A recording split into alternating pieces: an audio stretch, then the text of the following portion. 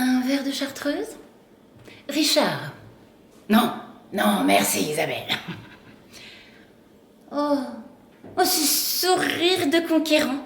Oh, mon Ricky chéri. Oh, Maryse, amour. Oh, es-tu beau comme ça, mon adoré. Oh, tu ressembles à l'acteur, à Coquelin.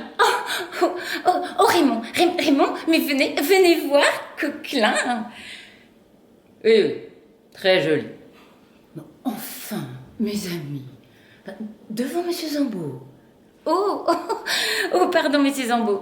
Je vous demande pardon. Mais madame, le spectacle de ces petites prévôtés conjugales me récrée infiniment. Vous savez, Monsieur Zambeau, il y a 11 mois que ces deux êtres-là sont mariés et l'assaut dure encore. Ouais. Alors que je me suis quand même appuyé 2 conseils d'administration aujourd'hui. Ah non, ça prend plus mon biquet. Hein. Moi, je sais à quoi vous occupez à ces fameux conseils d'administration. Messieurs, les administrateurs se racontent des histoires de petites femmes. Oh, non, nous avons parlé une fois de Madame Bedorini. Ah oui. Alors ainsi, Richard, au lieu de me représenter et de défendre mes intérêts aux plantations de café du Brésil, toi, tu... Non, alors, voilà ce que tu m'attires. Ah, tu ris. Et si Raymond me flanque à la porte, hein? Et si j'ai plus d'argent? Mon biquet, je te donnerai de l'amour. Vu que déjà je commande plus mes robes que chez la petite Aline. Bah, la petite Aline. Elle sait faire une facture comme père et mère. Hein. Ah, mais je cours les petits fournisseurs et j'accomplis des prodiges. Pas vrai, Isabelle? Ah oui, Richard. Votre femme me remplit d'admiration. Toujours pimpante, élégante et elle ne dépense rien. Moi, je n'ose pas marchander. Oh, mais est-ce qu'on marchande quand on a 300 000 francs de rente, un château, un hôtel, un yacht, toutes les plantations de Montefaccio? Mais nous, on est des pauvres. mais mon Ricky, non, rassure-toi. Quand on sera dans la dèche pour de bon, j'achèterai tout mon linge à la Samaritaine. Ah oui, je porterai des grosses chemises, raides comme du papier d'emballage. Eh bien, je ne me représente pas notre petite coquette de Marie-Louise dans cette tenue-là. Oh, vous avez raison, Raymond. Je craindrais trop de dégoûter mon homme et qu'il ne me trompe avec des femmes tout en dentelle. Ils sont complètement idiots. Ainsi, vous n'aurez pas bougé de votre villégiature depuis le mois de mai. Et non. Nos amis nous ont tenus fidèlement compagnie. Bien. Messieurs, je vous propose de terminer notre match de billard. Fernand, mon petit Fernand. Papa? Tu viens arbitrer la grande partie où tu préfères ton livre. Comme tu voudras, papa. J'allais achever ce conte, mais... Non, achève-le, mon grand. Mesdames... Oui, on vous rejoint. Attends, Isabelle. Non, moi, je veux que tu me révèles tout ce que tu sais sur le compte de l'inexplicable Monsieur Zambeau. Mais Maryse, je te jure que j'en sais pas plus que toi. Mais enfin, tu questionnes Raymond. Et j'obtiens chaque fois la même réponse. J'ai entretenu jadis avec Monsieur Zambeau des relations d'affaires et aujourd'hui, il m'apporte un projet intéressant. Mais ce projet de ton mari ne souffle pas un mot au mien. Et il nous colle ce Zambeau du matin au soir. Ça te paraît pas singulier? Non, je suis pas curieuse. Allez, viens admirer jouer ton Ricky, ton demi-dieu. Non, j'ai mal à la tête. Et toi qui es la maîtresse de maison, va les rejoindre. Bon, à tout à l'heure. Maryse, vous avez trouvé ma lettre? Oui, Fernand. Je viens de monter et de trouver le mot que vous avez eu le toupet de placer sur le fauteuil cette fois, au beau milieu de ma chambre. Et si mon mari l'avait découvert? Mais je savais que vous menteriez un moment après moi. Je vous avais fait notre petit signe. Non, Fernand. Non, cette plaisanterie dure depuis trop longtemps. À toute minute, vous vous introduisez dans notre chambre et vous glissez vos déclarations. Et aussitôt, je suis forcée de monter sur vos talons. Et ensuite, il faut que j'aille cacher votre lettre, là-bas, dans la rotonde du petit bois. Alors, maintenant, j'exige que vous détruisiez vos pages d'amour. Si mon mari soupçonnait votre impertinence, il vous tirerait les oreilles. Qu'il essaye. Oh, mais mon cher garçon, vous n'espérez pas me séduire en prenant une figure de haine. Un ennemi de Richard. Serait-il un gosse de 19 ans est mon ennemi. Maryse, vous me prenez pas au sérieux à cause de mes 19 ans. Mais croyez-moi, je vous aime. Oh, Maryse, le soir, quand vous vous en allez avec votre mari, je vous regarde grimper cet escalier. J'entends vos rires, vos voix. Et alors c'est... Mais c'est un désespoir qui m'étouffe, Maryse. Moi, je suis seule au monde. Seule au monde. Parce que votre père a épousé en seconde noce une exquise femme qui vous adore. Et que vous boudez. Voilà l'histoire. Vous êtes jaloux d'Isabelle. Mais je pense jamais à Isabelle. Maryse, moi je pense qu'à vous. Oh, pas de bêtises. Moi, je sais pas, moi... Bon, Fernand. Auriez-vous déjà eu une petite maîtresse? Mais non. Non? Non? Si. Ah, mais voilà de la franchise au moins. Mais je ne mens jamais. Je vous aime, Maryse. Oh, mais de quelle voix caverneuse vous répondez? Réjouissez-vous. Elle vous trouvait à son goût. C'est flatteur. Bon, voyons, racontez-moi. Que faisait-elle? Rien. Elle allait aux courses. Et puis, elle joue. C'est une actrice.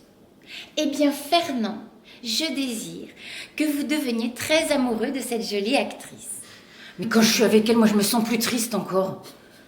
D'ailleurs, avant-hier, je pouvais pas dormir. Je me suis promenée dans le parc. J'apercevais vos fenêtres qui brillaient. Cette lumière, ça m'aurait fait crier. Alors je me suis enfoncé les ongles dans la peau. Mais quelle folie! Mais Maryse, mais moi je voudrais mourir pour vous. Bon, Fernand, ces ridicules propos ne mènent à rien de bon. J'avais pas deviné un sentiment aussi profond. Mais Fernand, je suis folle de Richard. Oh Fernand, non, mon cher petit, non, ne pleurez pas. Mais je pleure pas.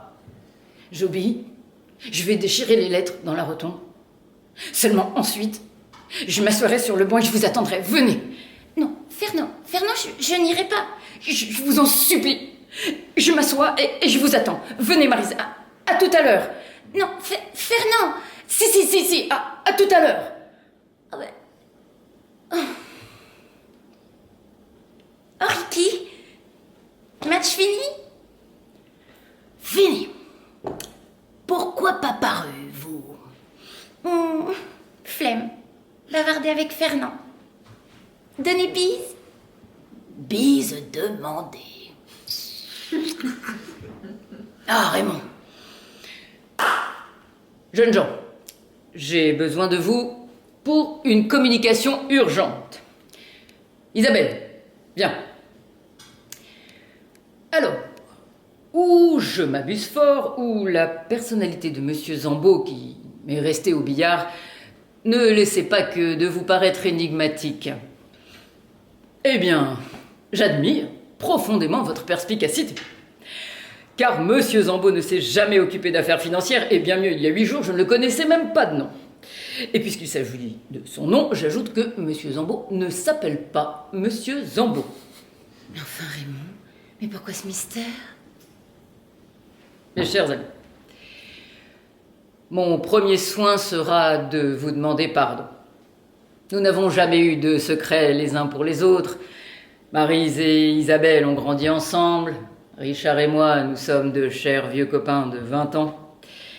Et pourtant, il m'a fallu cacher quelque chose. À ma chère Isabelle, à notre jeune Maryse et à mon bon Richard. J'espère que vous ne m'en tiendrez pas rigueur. Très bien. Je désire exposer l'événement qui a motivé l'intervention de Monsieur Zambo. Je ne sais à ma charmante femme qu'un défaut tout petit. Bien, je suis sur la sellette.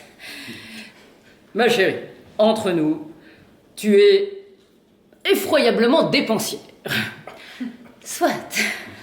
Bon, du reste, loin de moi l'intention de te blâmer, je suis trop heureux que le Brésil produise du bon café et que nos revenus te permettent de jeter un peu l'argent par les fenêtres. Enfin, cependant, je dois avouer que depuis notre installation au château, il ne se passait pas de semaine qu'Isabelle ne me remit 1 ou 2 solides chèques à régler. À la fin, je lui en exprimai assez vivement ma surprise. De là, petite querelle, petite brouille, quand cette pensée lui vint que rien ne serait plus facile que de la voler. Oh. Oui. Pour une facture, je rapporte généralement un rouleau de louis et quelques liasses de petits et gros billets qu'Isabelle jette pêle-mêle dans le tiroir d'un meuble de son boudoir, là-haut. Nos domestiques sont des anciens, notre confiance était grande. Oh bah ma parole, j'en ferai autant. Ah oui, avec cette différence que tu connaîtrais ton encaisse. Et qu'Isabelle ignorait régulièrement le chiffre de la sienne. Qu'est-ce que je prends? Non, à la vérité, Isabelle fermait toujours le tiroir à clé, mais la serrure paraît vieille et défectueuse. Bref, Isabelle tenta une expérience. Elle additionna le contenu de son tiroir, inscrivit le total et attendit. Le lendemain, 800 francs manquaient. Ah bah charmant. Ma femme m'apprend la joyeuse nouvelle. Nous passons notre soirée à reconstituer la comptabilité du trimestre écoulé. Et nous nous apercevons que le montant des sommes dérobées s'élève au minimum à 20 000 francs. 5 000 francs? Minimum. Le lendemain, je passe à la banque. J'y trouve Freeman. Dans un état de jubilation qui s'écrie: mon cher, nous venons de pincer un de nos employés qui avait commis d'énormes détournements.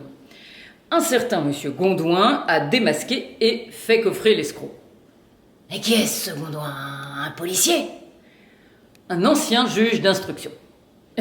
Et d'abord, tu connais monsieur Gondouin. C'est Zambo?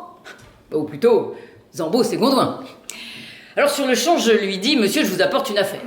Jusqu'à ce jour, nous avions une confiance illimitée en nos domestiques et la pensée qu'il nous faudra désormais surveiller, suspecter, nous cause le cauchemar.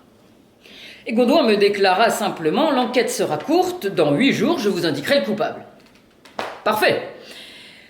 Pendant ces 8 jours, continue Gondouin, il faut que je séjourne à votre château. Naturellement. Mais il ne faut prévenir personne. Voilà, pour tous, je dois demeurer l'invité. Ou vous vous engagez formellement à me conserver mon incognito, ou je me vois forcé de décliner vos propositions. Alors, d'abord, je me suis cabré. Cette idée d'une enquête menée à votre insu, moi, me taquinait affreusement. Ah, je te reconnais bien, là. Homme de tous les principes. Mais j'ai songé à l'agrément de vous apprendre dans la même minute le crime et le châtiment, et t'as marché. J'ai marché. Mais, comme je t'approuve. Bon, à votre absolution me touche. Ce soir seulement, Gondouin a prononcé ces paroles bénies. L'enquête est terminée. Dans une demi-heure, je vous communiquerai le nom du coupable. Et mes chers amis, la demi-heure est à peu près écoulée. Ah, mais je tremble que ce ne soit ma pauvre femme de chambre. Oh, comment? Thérèse, qui vous adore. Mais alors Jérôme? Ou la vieille Maria? Oh, la vieille Maria! Ah tiens, voici monsieur Gondouin. Cher monsieur Gondouin, je viens de conter l'aventure à mon épouse et à nos amis. Monsieur Lagarde, j'ai eu l'honneur de solliciter de vous un entretien. Il s'agissait dans mon esprit d'un entretien particulier. Non, en vérité, cher monsieur, je me porte garant de la discrétion de tous. Et à présent, j'insiste pour que vous parliez. Vous exigez que je dévoile publiquement tout ce que mon instruction m'a appris? Je l'exige. Bien. Monsieur, la personne qui a pris les 20 000 francs dans le tiroir du secrétaire est Monsieur Fernand Lagarde, votre fils. Comment? Mais vous mentez! Attends, Raymond.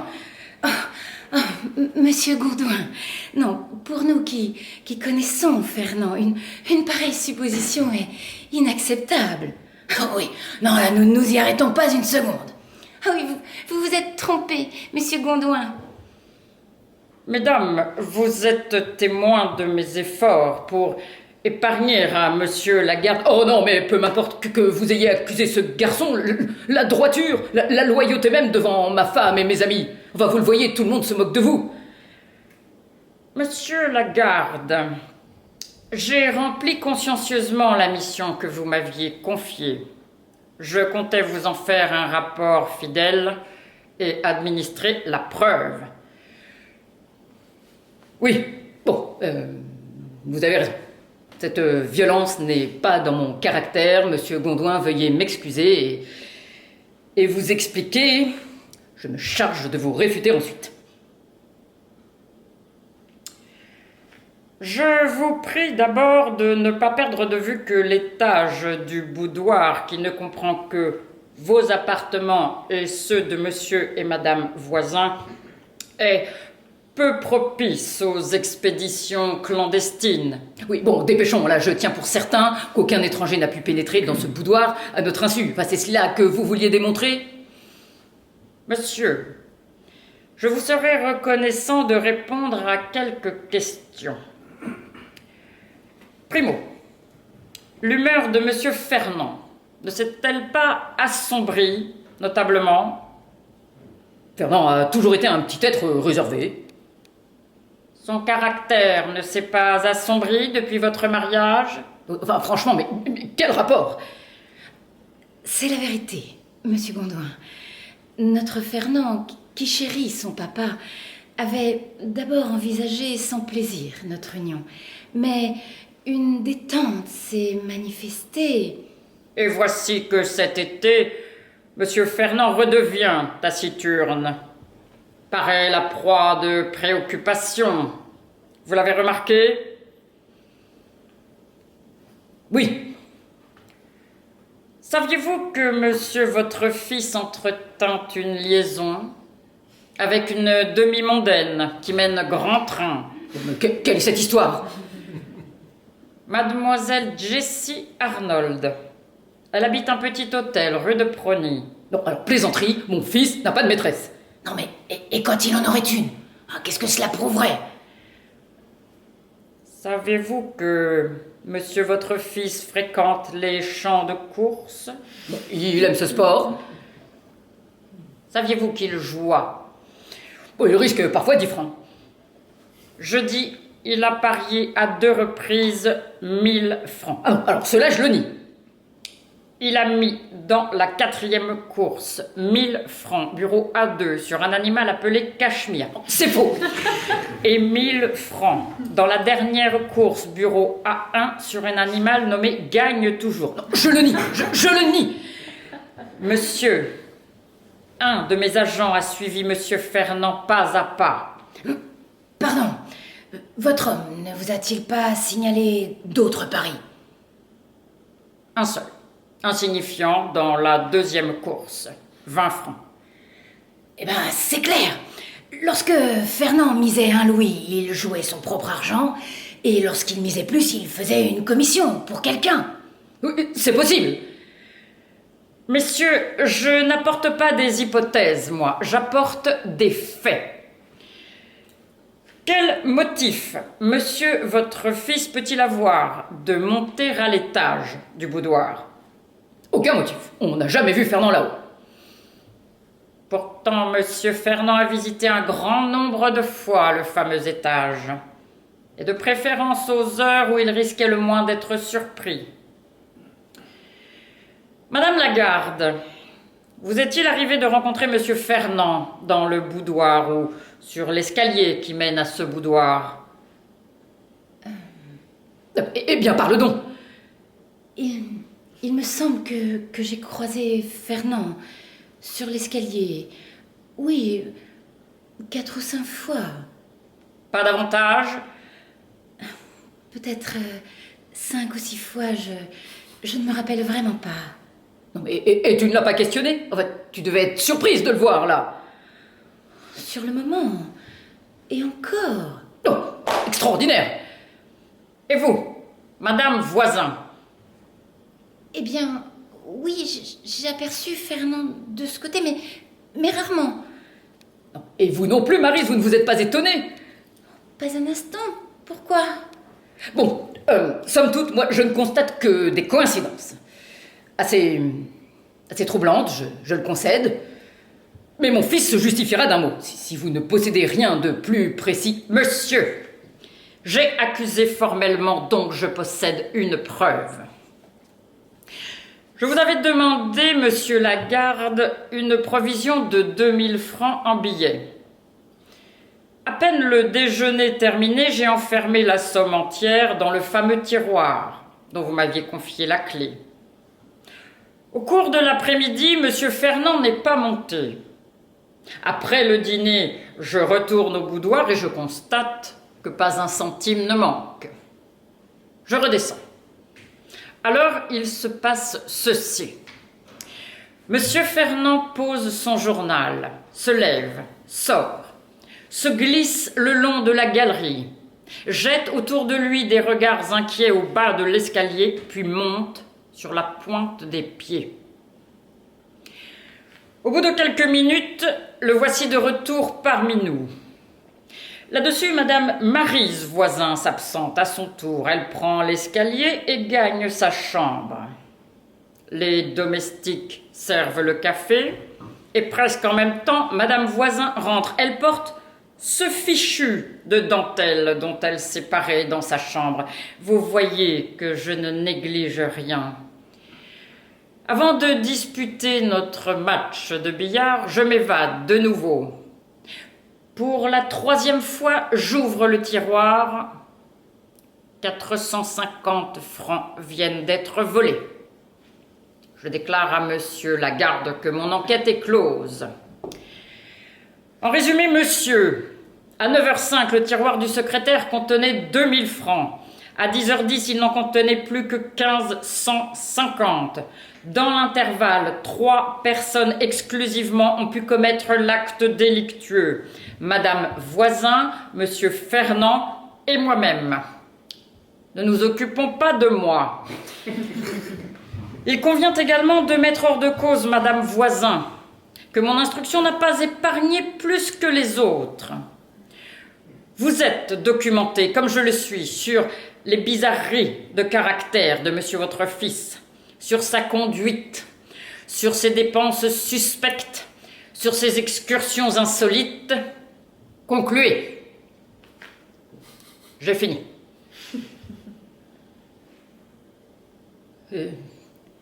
Eh bien, nous voilà tous retournés.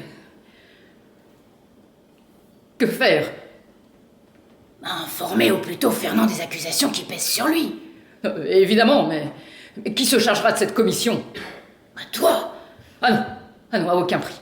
Là, les mots ne passeraient pas. J'estime mon fils. J'ai toujours considéré ce petit comme un honnête homme et comme un beau caractère. Et je continue, en dépit des apparences qui l'accablent. Mais toi, Richard, avec des paroles cordiales. Ah non, vraiment.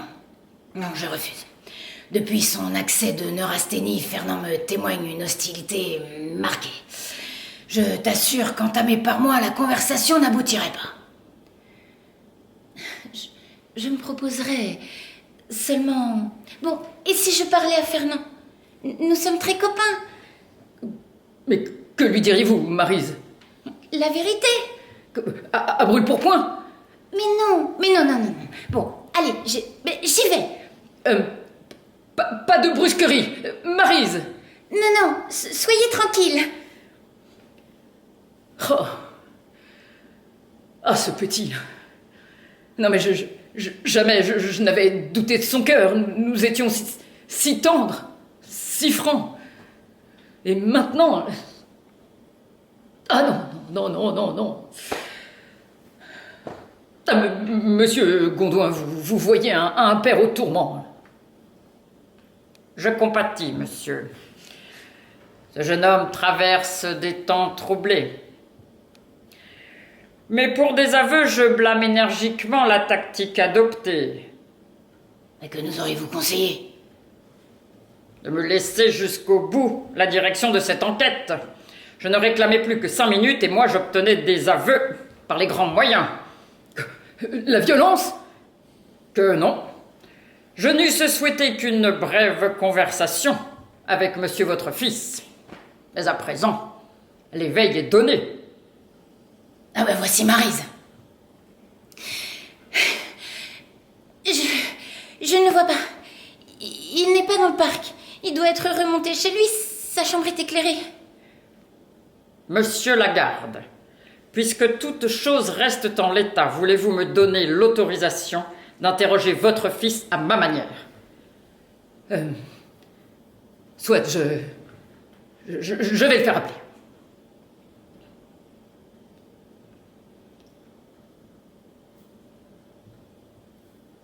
Bonsoir, papa. Bonsoir, Fernand. Monsieur Fernand, permettez que je vous révèle la véritable raison de mon séjour parmi vous. Je suis envoyé par le procureur de la République. Par le procureur? Oui, des vols ont été commis au château. Le voleur a dérobé une très grosse somme. Ah? Mes soupçons se sont arrêtés sur le maître d'hôtel. Le vieux Louis? Vous le jugez incapable d'une action malhonnête? Absolument incapable. Alors dites-moi le nom du voleur. Mais je l'ignore. Mais si, vous le connaissez. Est-ce que vous plaisantez? Racontez-nous ce que vous faisiez là-haut ce soir, à 9h15. Là-haut, je ne suis pas allée là-haut. On vous a vu monter. Mais non, c'est une erreur, je ne suis pas allée là-haut. Vous n'êtes jamais entré dans le boudoir de Madame Lagarde? Jamais. Regardez-moi. Je ne me rappelle pas. C'est vous, le voleur. Moi? Mais non, vous trompez, monsieur. C'est vous qui avez pris l'argent de Madame Lagarde dans le tiroir du secrétaire. Inutile de nier. C'est faux. Je n'ai pas pris cet argent. Mais Fernand, mais tu ne sens pas que le ton de tes réponses te perd? Mais indigne-toi, hurle! Avouez, mon garçon, ne prolongez pas cette situation qui est affreuse pour les vôtres. Allons, vous avouez? Bien. Comment ouvriez-vous le tiroir de Madame Lagarde? J'ai glissé la lame de mon canif dans la rainure. Fernand, va m'attendre dans ta chambre. Je te parlerai tout à l'heure. Bien, papa. Oh, mon pauvre Raymond! Mes amis, il faut me laisser. C'est un coup cruel. Je réclame un peu de solitude.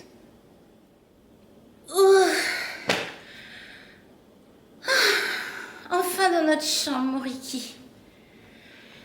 Ouais, sacrée affaire. Alors moi, j'en demeure ahuri. Mais qui aurait pu soupçonner Fernand? J'avoue. Non, alors moi, j'aurais répondu de son honnêteté comme de la mienne. Enfin, comme de la tienne. Ah, le petit misérable. Non, ne l'accable pas. Non, mais je pense à Raymond. Le pauvre. Tu sais que jusqu'à la dernière minute, il a cru dur comme fer à l'innocence de son fils. Les aveux lui sont tombés dessus, mais alors sur la tête, en coup de massue, là. Ah, je comprends que toute présence le gêne. Il attend au vif, le malheureux. Un être si droit. Oh, quelle tristesse. Écoute, mon chéri, il se remettra. Fernand est un jeune homme qui a commis une bêtise. Il n'a pas commis une bêtise, il a commis des vols. Ah, tu n'aperçois pas la gravité. Oh non, mais mon buquet, là, il est 1h15 du matin. Non, mais je suis préoccupée, Maryse. J'aime mes amis. Ah oui? Et ta femme? Tu ne l'aimes plus? Prends-la dans tes bras. Moi, je me sens toute délaissée. Oh, ma chérie, je t'aime. Alors, embrasse. Je t'aime, je t'aime, je t'aime. Oh, c'est bon. Ouais. Bien bon. Oh! Bon, bah qu'est-ce qui t'arrive? Oh, mais il sera 2h quand nous nous mettrons au lit. Alors que je m'étais tant promis une longue nuit contre toi. Ouais, tu t'étais promis. Et tu penses donc à ces choses-là dans la journée? Ah oui, j'y pense tout le temps. Tu penses jamais, toi? Si. Mais dites-moi, mademoiselle, quelle précieuse relique enfermez-vous à clé dans la commode? Serait-ce ma photo dans ce porte-carte? Si on vous le demande, vous répondrez que vous n'en savez rien. Coquine. Dire que j'ai connu ça toute jeune fille. Oui, bah mon vieux, tu l'as tout de même épousée, la petite fille. Oh ben, je ne le nie pas, je suis un galant homme. Bon, et le galant homme, faudra-t-il vous demander à genoux de m'aider à me déshabiller? Debout, Français, dépêchons. Et attention à mon fichu, hein. Si tu déchires la dentelle, gare à toi. Hein. Là voilà, ta dentelle. Très jolie d'ailleurs. Hein.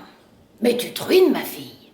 Oh non, non, une occasion inouïe de chez la mère Breton. Ah ben, il faut reconnaître que la petite Aline t'habille à ravir. Oui.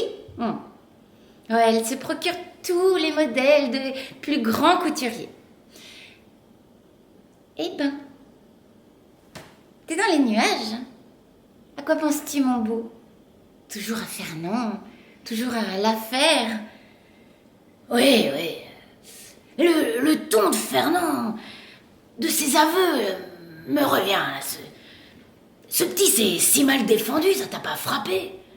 Ses réponses, là, tantôt vagues, tantôt précises. Ce luxe de détails sur les fractions. De détails faux, d'ailleurs. Faux. Bah, on n'ouvre pas une serrure avec un canif. Bah, tiens. Mais qu'est-ce que tu fais avec ton canif sur la commode? Mais laisse donc ce tiroir. Bah, pourquoi? Mais laisse ce tiroir, à la fin tu m'ennuies. Oh, bah t'es mauvaise ce soir. Hein. Oh non, mais mon qui couchons-nous? Mais si, tiens. Ah ben, en soulevant, on y parvient, le tiroir est ouvert. Bon, eh bien, es-tu satisfait? Bon, viens-tu? Mais oui, madame, patience. Oh, les merveilles que nous possédons là dans ce tiroir. Mais quel linge fin et soyeux. Oh, mais Dieu, que tu m'agaces. Et vais-je trouver ici la photo sacrée? Richard, ne touche pas à ce porte-carte. Et parce que... Richard, si tu me rends pas immédiatement ce... Et qu'arrivera-t-il? Je te jure, je te parlerai plus jamais. Invraisemblable. Richard, non, oui ou non? Oh, non. Oh, madame, vous dissimulez le portrait de votre amant. Je veux le connaître, votre amant, pour le tuer. Et je regarde. Et je suis bien attrapée. C'est moi, c'est ma jolie petite gueule que j'aperçois. Bon, à présent, consentiras-tu? Oh, mais comme il est épais, ce portefeuille. Que cachez-vous encore là-dedans, mademoiselle? Les lettres. Sans doute les coupables lettres. Oh, mais t'es même pas drôle. Mais ce sont des papiers d'affaires et qui ne te regardent pas. Des papiers d'affaires? Non, de l'argent. Es-tu content? De l'argent? Mes économies, oh là là! Me voyez-vous cette petite poulette qui fait des économies? Mais oui, 5, 600... Hein? 6 000 francs d'économie? T'as 6 000 francs d'économie? Mais faut croire. Mais ce matin, tu m'as demandé, t'étais à court. Oui, bon, écoute, je t'assure que rien ne m'est désagréable comme ces conversations. Tu ne te plains pas de la manière dont je dirige ta maison? Est-ce que je commets des folies? Non. Bon, alors ne te mêle pas de mes comptes, je t'en prie. Bien, calme-toi. Je me croyais le droit de plaisanter. Range ton argent.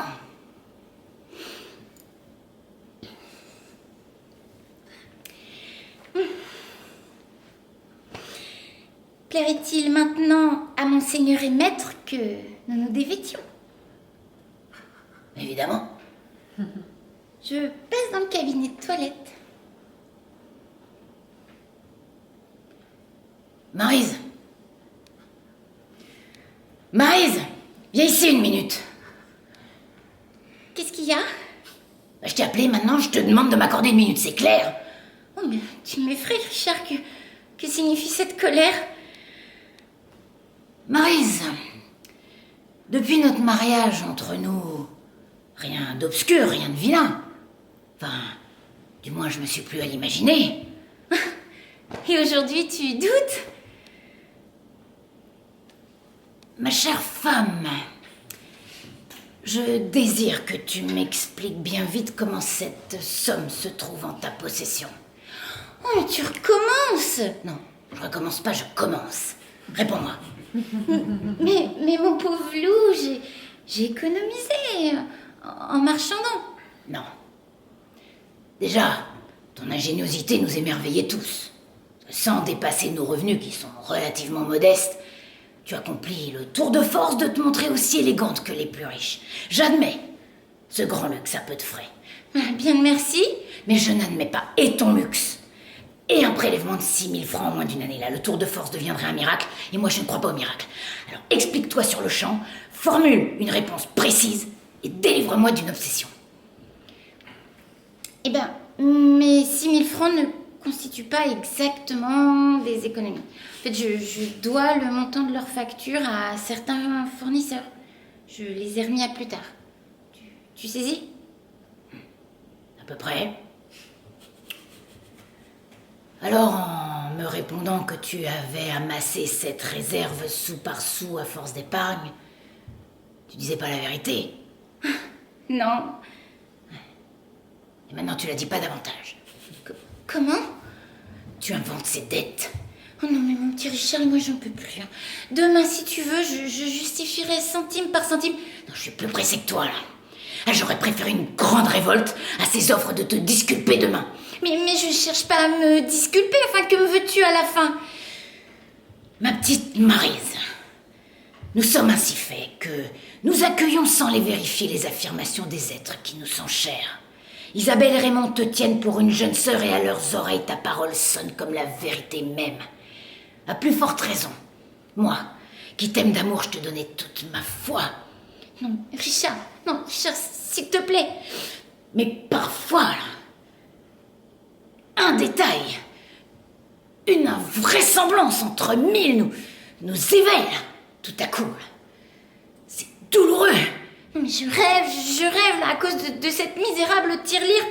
Je jure que notre fortune ne te permet pas le train que tu mènes. D'où te vient tout cet argent? Mais je profite d'un tas d'occasions. Mais tes chapeaux sont-ils d'occasion? Et les robes nouvelles, hein, que tu exhibes à tout bout de champ? Maryse, j'ai mendié une explication, je ne m'en dirai plus très longtemps. D'où vient cet argent? Non mais Richard, ne crie pas ainsi, tu vas éveiller nos amis. Nos amis ne dorment pas. N'espère rien, je te lâcherai pas. Tu es mêlé à cette affaire des 20 000 francs? Réponds. Fernand ne volait pas seulement pour son compte ou bien tu volais aussi? Dis. Fernand n'a rien volé. Il s'est accusé pour me sauver, c'est moi qui ai volé les 20 000 francs. Oh Richard. Richard. Pourquoi fais cela? Mais pour être parée, pour être belle, pour te plaire. Moi, je connais que cette raison d'agir, que cette raison de vivre. Toi, une voleuse, une chose pareille, ça vous fauche, ça. Mais sacre Dieu, le mobile, le motif. Mon affolement, des menaces. Des menaces. Oh, je souffre, Richard. Oh, je voudrais me châtier de ma bêtise. Présent, chaque mot qui sort de ta bouche sonne le mensonge. Mais Richard, écoute, je te raconte. C'est mon fol amour qui m'a emporté. Tu vois, quand Isabelle et Raymond se sont mariés, je pensais, moi qui ne suis ni belle ni riche, je rencontrerai pas l'homme que j'aimerais et qui m'épousera. Mais je pleurais. Et là-dessus, je deviens amoureuse du meilleur ami de Raymond, d'un homme séduisant, réputé. Oh, mais je te plaçais si haut. Et à ton tour, tu m'as aimée. Au début, je t'ai pas cru. Un pareil espoir était si loin de moi. Il me semblait que je t'avais gagné au jeu et que je te reperdrais. Mais vraiment. Et depuis 1 an, cette pensée roule dans ma tête. Je veux garder mon mari. T'avais eu des tas de femmes très élégantes. Et je me suis dit surtout, il faut que Richard ne regrette pas le passé. Je veux garder mon mari. T'as pas hésité sur le choix des moyens. Mais j'ai pas commencé par mal faire. Je me servais chez les petits fournisseurs, chez Aline. Mais nous fréquentons des femmes qui dépensent beaucoup pour leur toilette et aussitôt, moi, en leur compagnie, je perdais toute joie, toute confiance. J'ai vu que tes yeux faisaient la comparaison et chaque fois j'étais poignardée. Absurde. C'est ma première belle robe qui fut la cause de tout le mal. C'était une robe décolletée. Oh, une merveille. Tu t'en souviens? Je l'avais commandée rue de la Paix. Dans un coup de tête. Je l'ai inaugurée à un dîner chez les Hartmann. Au dîner, tu me souriais. D'un petit sourire en dessous. Câlin. Et je me sentais si fière. Si légère. Les choses brillaient autour de moi. À la maison, tu m'as prise dans tes bras. Tu m'as embrassée. Un long baiser.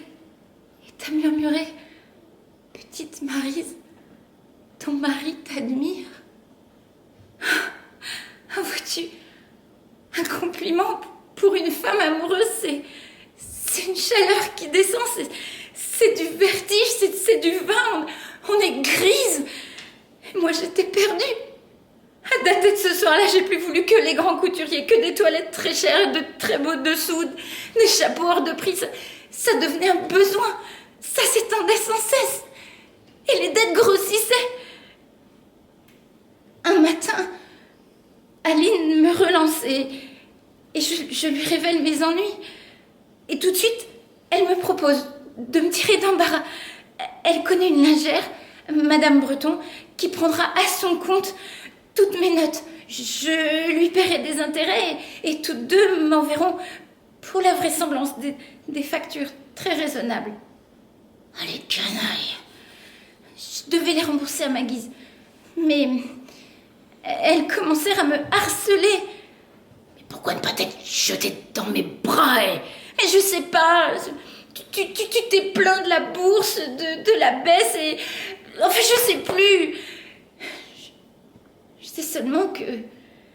peu de jours après notre arrivée au château, Isabelle a jeté devant moi négligemment quelques milliers et sans concevoir presque mon action 10 minutes plus tard, j'ai tiré sur une des poignées.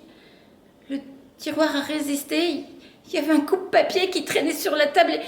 Oh, Richard, oh, je te demande pardon. Pardon.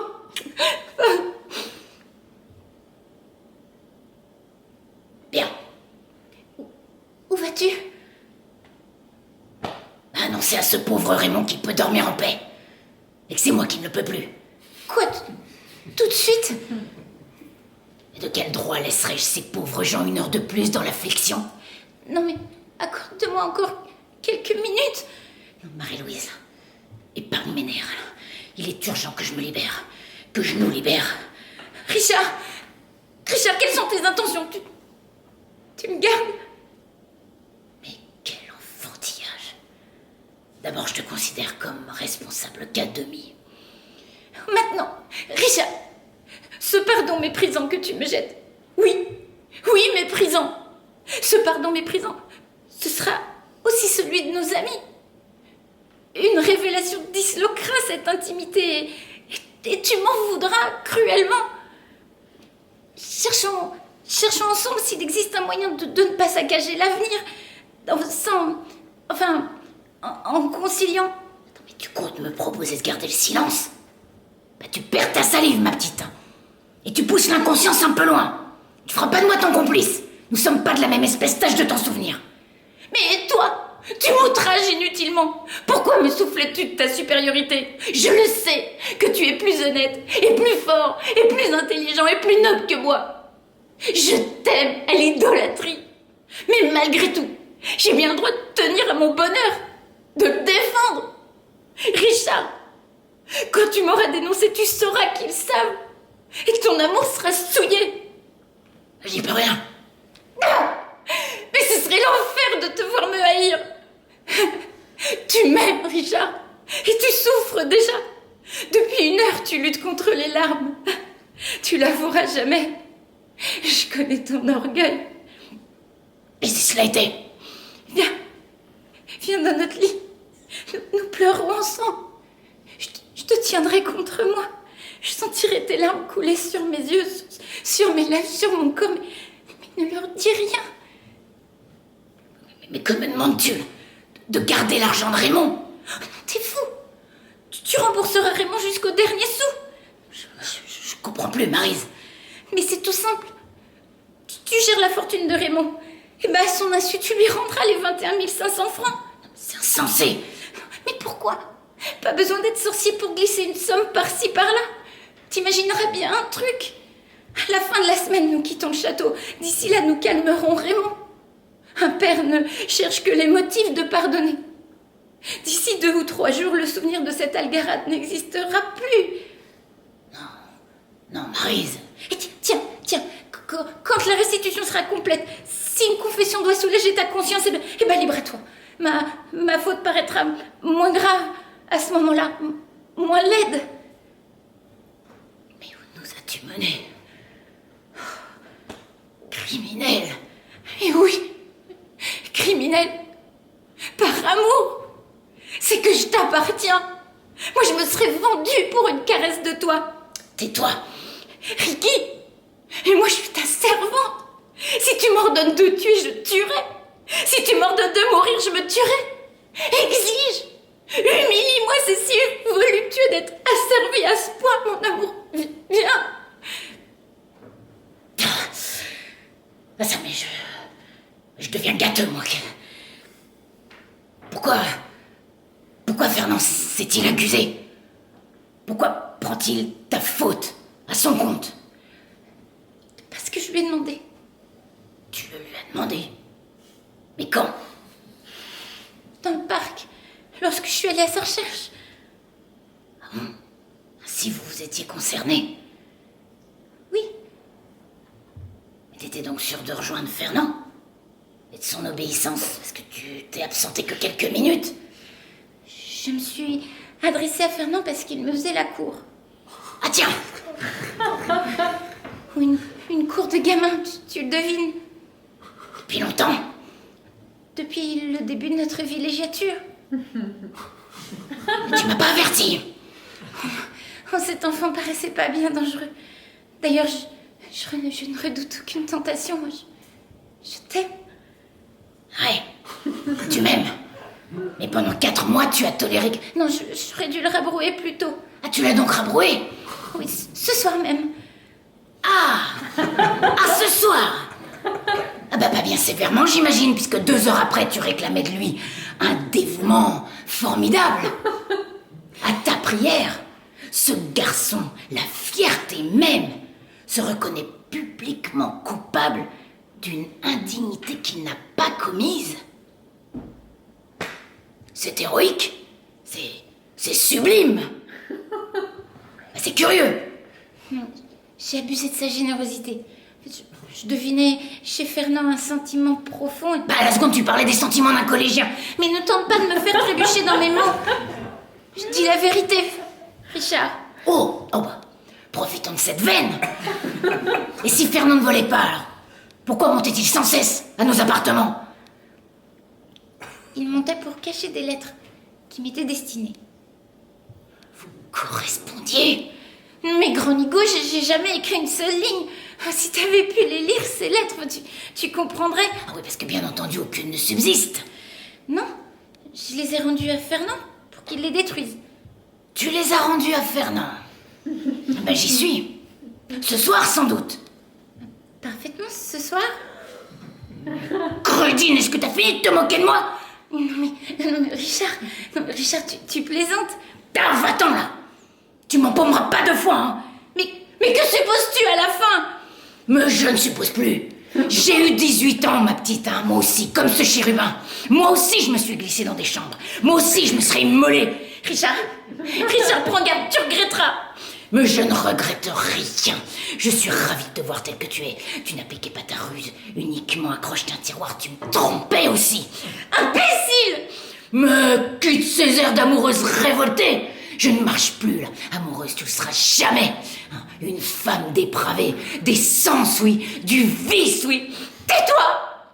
C'est ta vanité de mal qui hurle.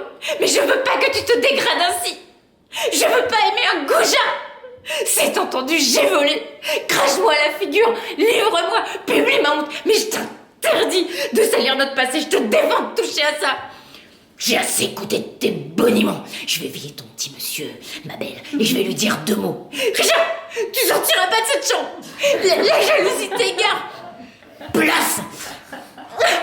Richard, tu vois ces fenêtres? Si tu sors... Mais jette-toi sur les rochers, je m'en fous. Tu me connais pas, Richard. Mais arrête! À quoi rime ce chantage? Je te demande de réfléchir. Le matin venu, agis comme il te plaira. C'est bon, quitte cette fenêtre. Je cède, mais tu n'y gagneras rien.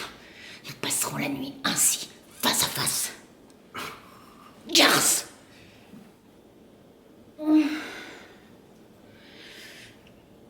Cette abominable nuit m'a brisée.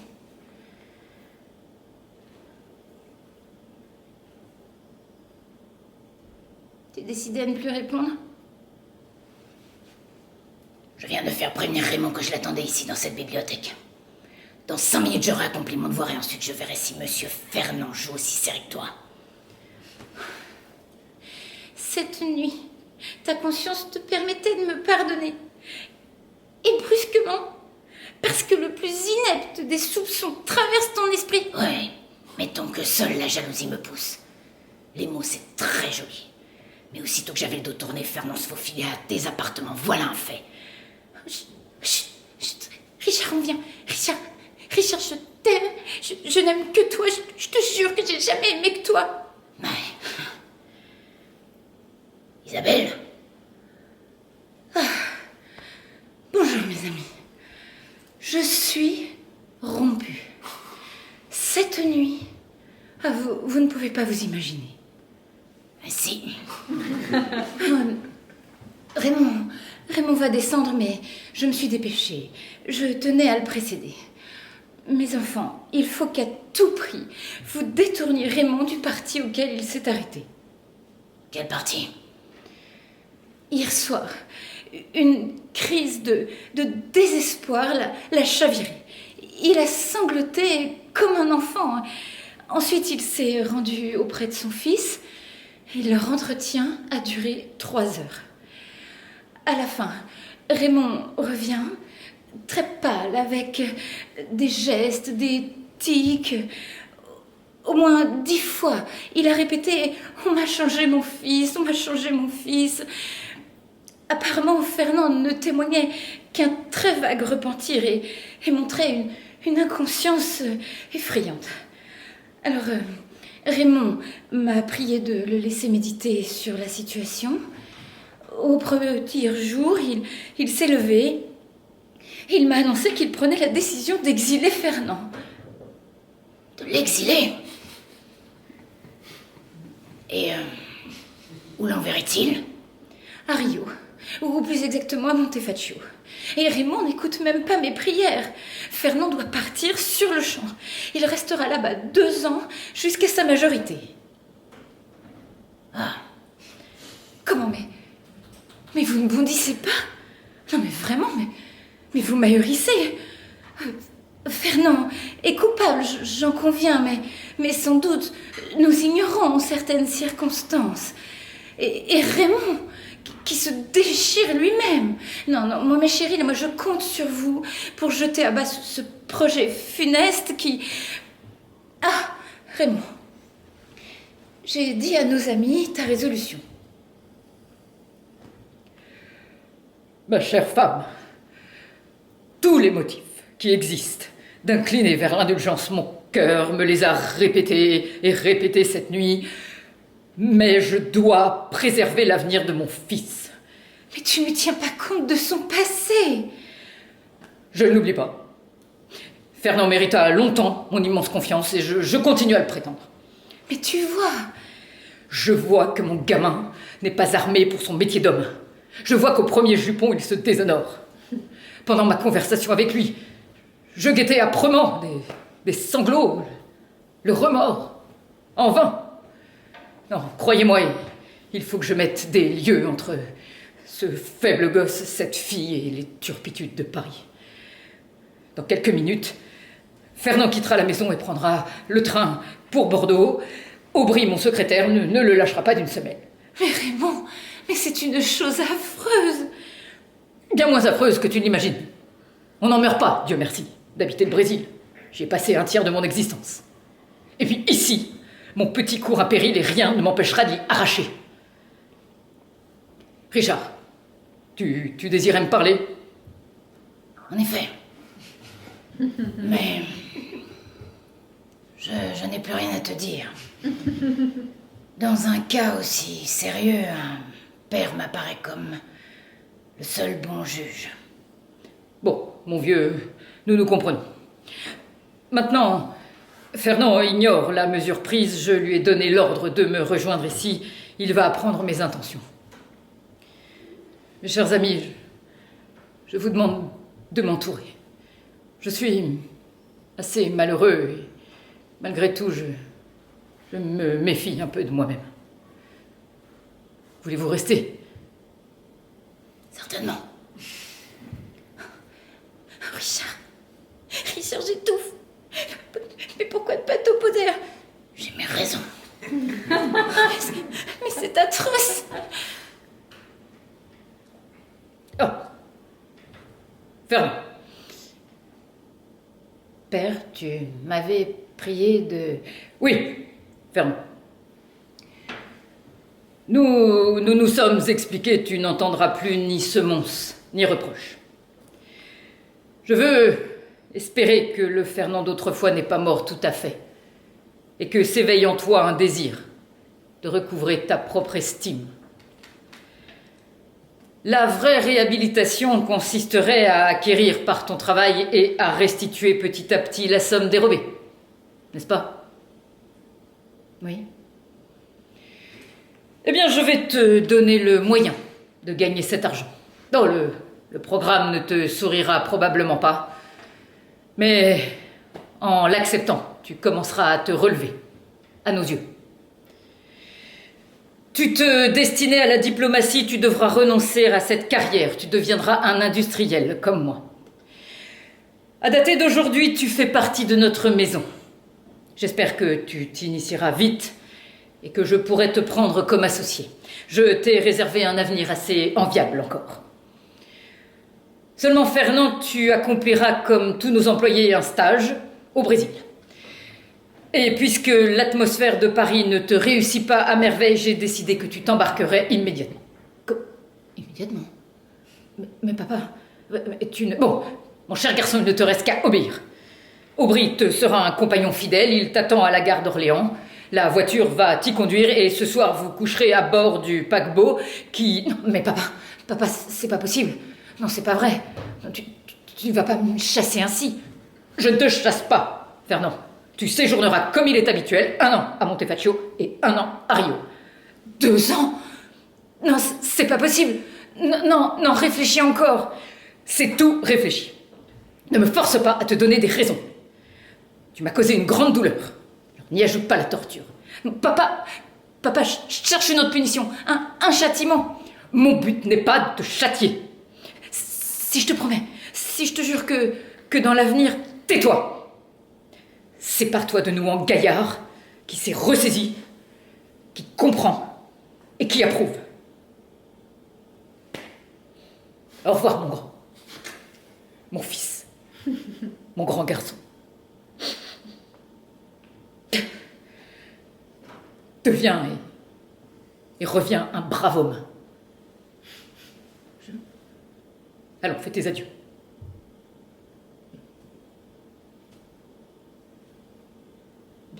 Bien. Au revoir, Isabelle. Au revoir, mon cher petit. Au revoir, Richard. Au revoir, Fernand. Ah non, papa, aie pitié de moi. Va-t'en. J'ai honte de ton humiliation. Va-t'en.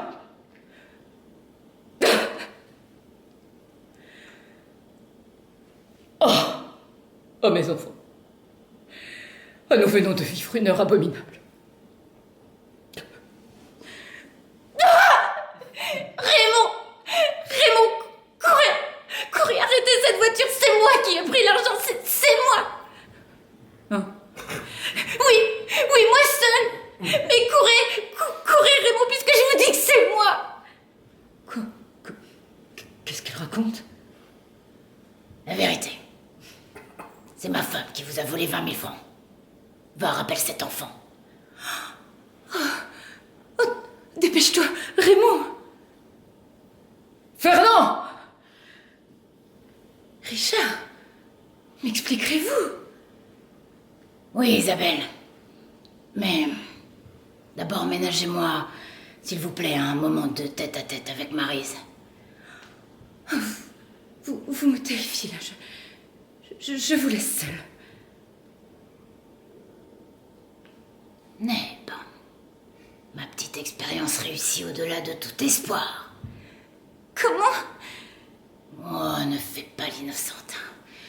Toute une nuit, tu t'es débattue, tu t'es traînée, offerte, tu mendiais le silence, la complicité. Et après tant d'efforts, au premier sanglot du petit ami, tu t'accuses toi-même à plein poumon. Ah, bravo. J'ai voulu voir. J'ai vu. Mais qu'est-ce que tu as vu?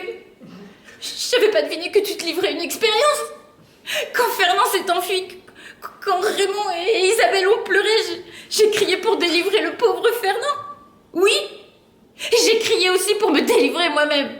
Et pour te reprendre, mon chéri. Tu me reproches mes aveux. Et la force invincible qui m'a jetée en avant, c'est ma folle passion pour Fernand. Voilà ta pensée. Et ben moi, je te propose de nous expatrier, toi et moi. De nous embarquer pour Rio à sa place. Et de ne revenir que lorsqu'il te plaira. Tiens, de jamais revenir, moi je l'accepte avec joie. C'est une preuve, ça. Richard, tu ne doutes plus. Richard, veux-tu faire appeler Fernand? Tu lui poseras toutes les questions qui te viendront. Cette humiliation que je redoutais, maintenant je la veux. Je veux me défendre. Et si t'es un homme, tu reconnaîtras ensuite que tu m'outrages sans droit. Allons, Richard, sonne. Sonne, je t'en prie. Ouais. Monsieur a sonné. Priez, monsieur Lagarde, de bien vouloir venir jusqu'ici. Monsieur Fernand. Non. Monsieur Lagarde père. Bien, monsieur.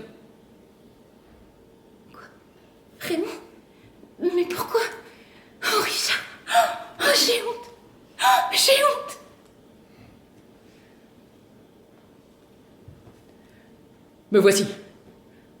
Eh bien, Raymond, Fernand t'a mis au courant? pas le moins du monde, impossible d'arracher une réponse à ce garçon. Voici l'affaire. D'abord, ton fils est innocent, absolument innocent. Oh! C'est bien Marie-Louise qui ouvrait le tiroir d'Isabelle. Moi, j'ai appris toute l'histoire entre 1h et 2 du matin. Tu me connais depuis longtemps, Raymond, et tu devines que mon premier mouvement a été de courir à ta chambre. Seulement, Marie s'accrochait à moi comme une noyée. J'avais un peu pitié d'elle. Bref. Pour la première fois de ma vie, j'ai hésité entre la chose propre et la chose pas propre. Et faut que je te dise, j'ai été jaloux de Fernand. Hein? Ouais, jaloux. Figure-toi que ce jeune homme s'est toqué de ma femme. Non, je ne plaisante pas. Ton fils s'accusait et se sacrifiait par amour. Ah, évidemment. C'est un peu vif. Enfin, d'autre part, c'est assez chic. Bon, somme toute, un grand caprice d'enfant. Mais, dans le désarroi de la nuit, mon imagination a fumé. Je me suis attribué des droits d'inquisiteur. La jalousie me mordait. Je voulais savoir. Et je te demande pardon. Tu me pardonner?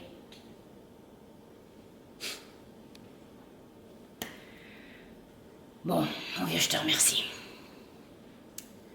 Et maintenant, regarde ma femme. Oh, je fais pas le malin.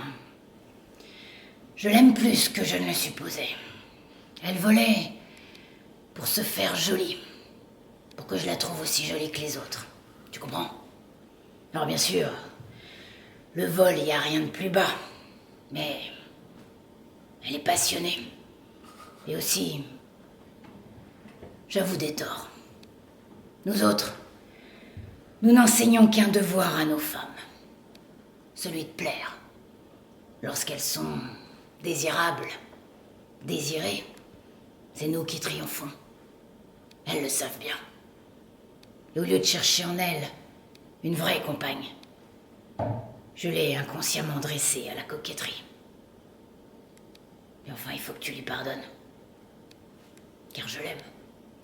Tu sais ce que ça veut dire? Je l'aime. Eh bien, prends-la dans tes bras. Minute, je mets une condition à ta clémence. Tu jugeais que cette algarade méritait le Brésil. Je partage ton avis. Si tu n'as pas perdu toute confiance en ton vieux copain, c'est nous qui nous embarquerons par le paquebot suivant. Il me faut 15 jours pour régler mes affaires. Nous les passerons à Paris. Et loin de vous. Oh, Mon ami, je me suis fourré cette idée-là dans la tête et rien ne l'en délogera.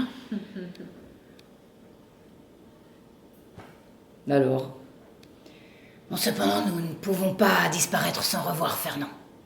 Envoie-le-moi. Non? Je vous l'envoie. Ma petite Maryse, avec Isabelle, nous vous attendrons pour vous souhaiter bon voyage. Pour vous embrasser. Vous viendrez, n'est-ce pas? Oui, Raymond. À tout à l'heure.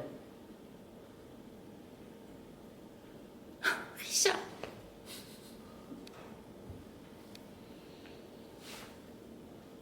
Bon, maintenant, occupons-nous de ce jeune homme. Que vas-tu lui dire? Des tas de choses.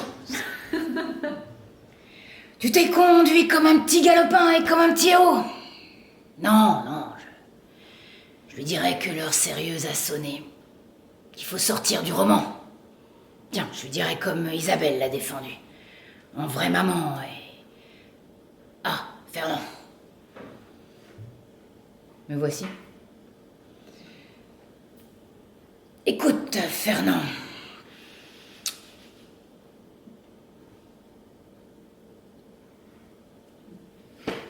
Non. Marie-Louise, dis-lui adieu. Je sors.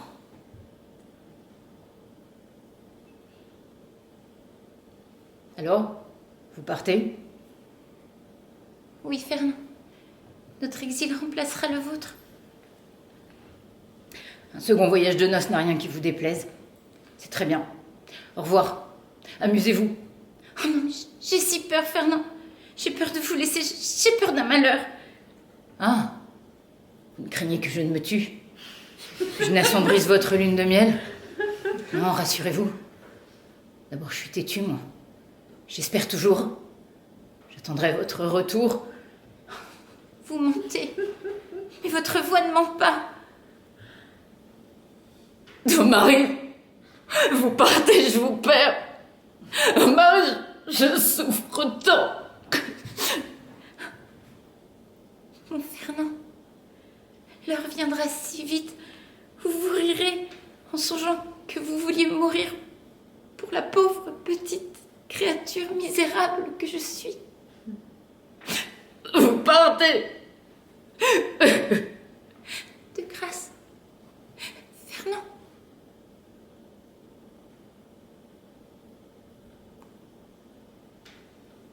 Adieu.